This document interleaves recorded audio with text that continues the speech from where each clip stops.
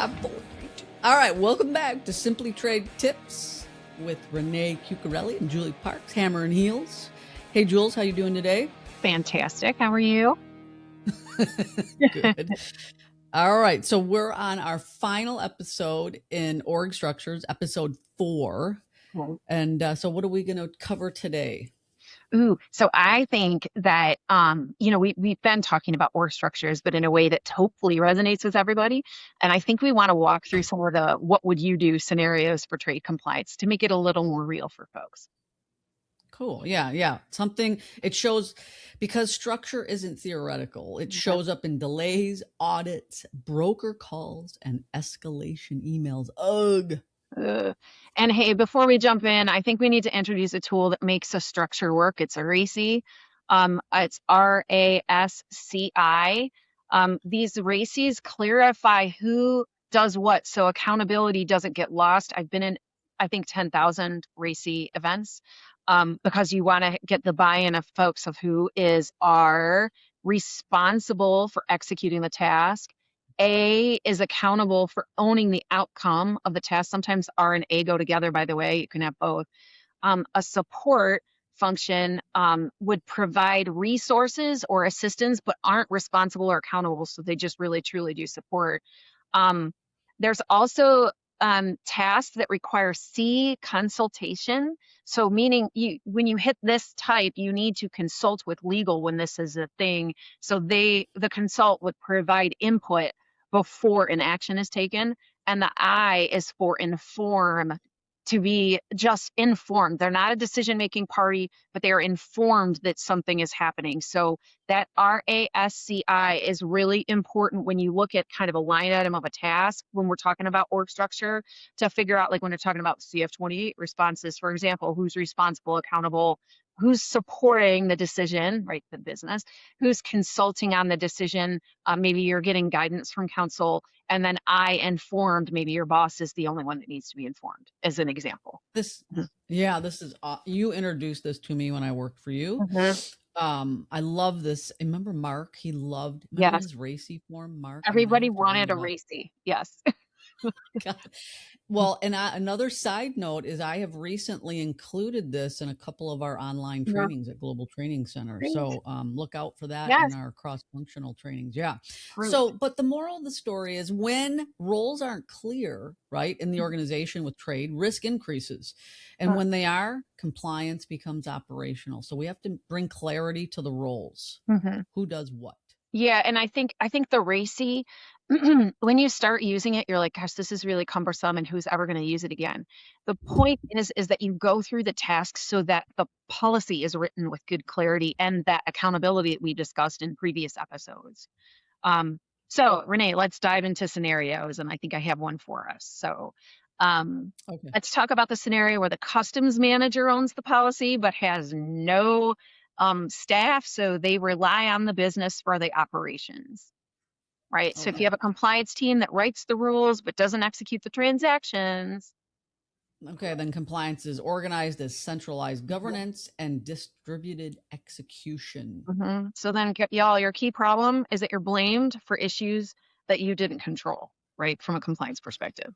Okay, so the tweak, you turn your policy into operational controls, not PDFs, not training decks, actual controls. So what are examples of actual controls? So you require data fields in your systems that have to do with trade, obviously. You second level harmonized classification review, meaning 2 people to sign off, approvals for high risk shipments, embedded screening checkpoints for exports, standardized broker instructions. So those are a few of the controls examples. And then when you align that with a RACI, to Julie described, the RASCI. So if you have, let's say you're using standardized broker instructions, the responsible party might be logistics and operations, executing the entries. Accountable might be trade compliance. They own the policy and they control the design. The support might be IT. The consulted might be legal, finance, or your business units if you're decentralized. And informed might be supply chain leadership. Right. And here, y'all, controls make compliance executable. It's defensible.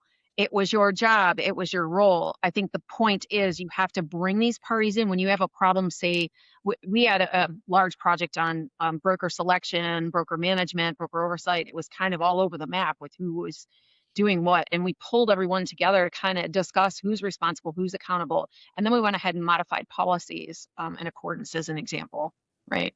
Yeah, perfect. Thank you. Okay, so next we have centralized. In the okay, in this model, all trade compliance decisions flow through the headquarters, which we've talked about centralized here in our Oh, series. yeah. The benefit is consistency and tight regulatory risk control. The gap, speed. A Yes. team in Singapore waiting on headquarters decision can delay the clearance. Right. And a practical tweak here is kind of this regional compliance liaison. So while they might report to headquarters, but they're empowered for time sensitive decisions as an example, right? Yeah. And then when we talk about the RACI alignment, we talk about the regional liaison might be responsible for the urgent decisions, but accountable is the head of global trade compliance. Supporting might be the regional logistics team and brokers. The consult would be headquarters after the decision is made, right? And possibly legal. And then informed would be the regional business leadership. Hey, we had this thing happen. We were able to talk to the liaison. They gave us a quick response. So, hey, business, this is how we're proceeding. Yeah. So this preserves the control of the risk while enabling agility. Okay, this is fun. Let's move on to another one. So let's talk decentralized. When we have two scenarios for decentral, let's talk about the one, I think, Renee, that you would like. Trade is everyone's hobby. So compliance responsibilities live across procurement, logistics, and finance and engineering. Renee, what happens? Or they just the CFO at some decentralized company is supposed to be doing trade, and it's a shared responsibility with no clear owner. And you're like, well, who did this? And Yeah, everybody's so like, the I don't know. tasks at the end of the day get dropped because trade becomes extra work. The hobbyists, no time for the hobby y'all because they're meeting their main goals, and they trade becomes extra work and they drop the work. Yeah. This I dealt with at a prior company.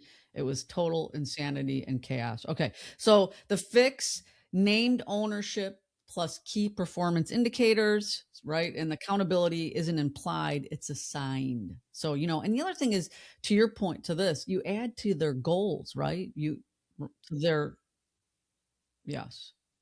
So your clear owners for classification, clear owners for origin and FTA determination, broker management, post-entry corrections, audit and record keeping, export controls and screening. So we need clear owners, and those are just a few examples.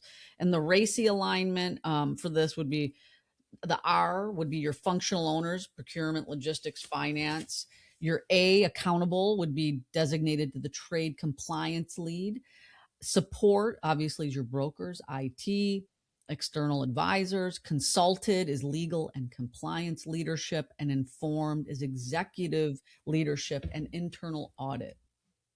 And as Renee mentions, tying the ownership to either a performance metric that you manage or a goal that their boss needs to manage, it makes it not a punishment, but it actually makes the work real. Yep. Yeah. They're Yeah, like, oh, I need to get this done to get I know. my merit or I my know. bonus. It's true. So, okay, next we have decentralized regional expertise. Mhm. Here, each region runs its own trade compliance program. Mhm. The That's the advantage is kind of that local expertise and strong customs relationships kind of locally. And again, the risk is inconsistency, different answers for the same rule. We kind of talked about this in our previous episodes. Mhm. A strong solution here is that council that we mentioned, and specifically you have to set up the council with voting responsibilities and voting requirements, but the idea here is to gain at a minimum quarterly alignment on interpretations, regulatory updates, and playbook refreshes. But what I will say is that you have to run the council so that you get and you pull that information. Has anyone had strange classifications that they've assigned? And here's what the definition of strange is, right? And then we want to discuss that with the group.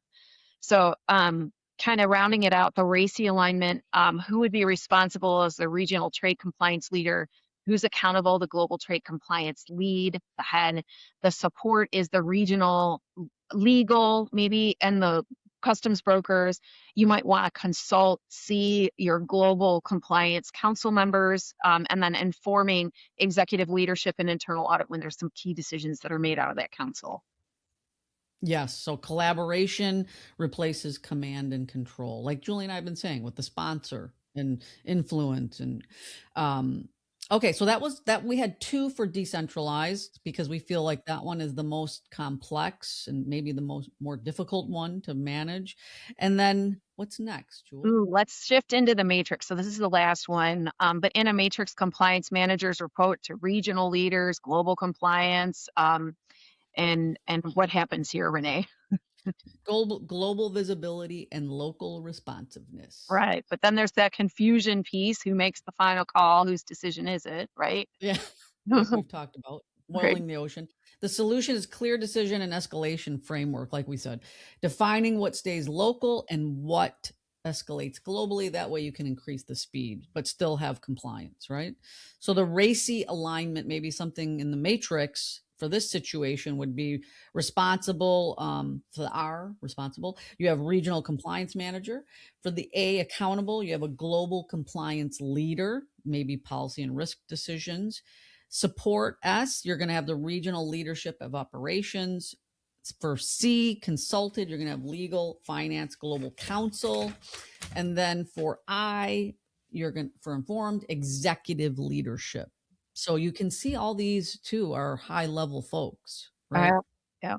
And I think the other part to note is that when you set boundaries, they do reduce the friction and the decision gridlock, even though folks may not buy into the boundary to begin with. Like, you can't make the final decision on these types of classifications, right? For example, you need to elevate them. But when they know that there's a boundary, you know that it will just move in that right direction, and it'll reduce that gridlock that might occur. Yeah, Mhm. adapt or die, right? Uh-huh. Uh-huh. All right. So what's our FIO? Hey, so I think if you're running compliance in a matrix or a hybrid model, stop trying to own everything. Oh my word, this has been the bane of my learning in my entire career, right? So you do get to the point where you map your RACI and you start small, maybe try CF28 responses or classification reviews. Julie, this is awesome. I love this episode because look how long, you and I have been talking about this, where we feel this weight, to make sure that everybody's doing what they need to be doing, that we're compliant, that we're moving fast at the speed of business, right? So this is such, FIO is so cool. But anyway, everybody check it out. Go to our Trade Geeks, do our FIOs, tell us what you did, and we'll see you next time. Thank you.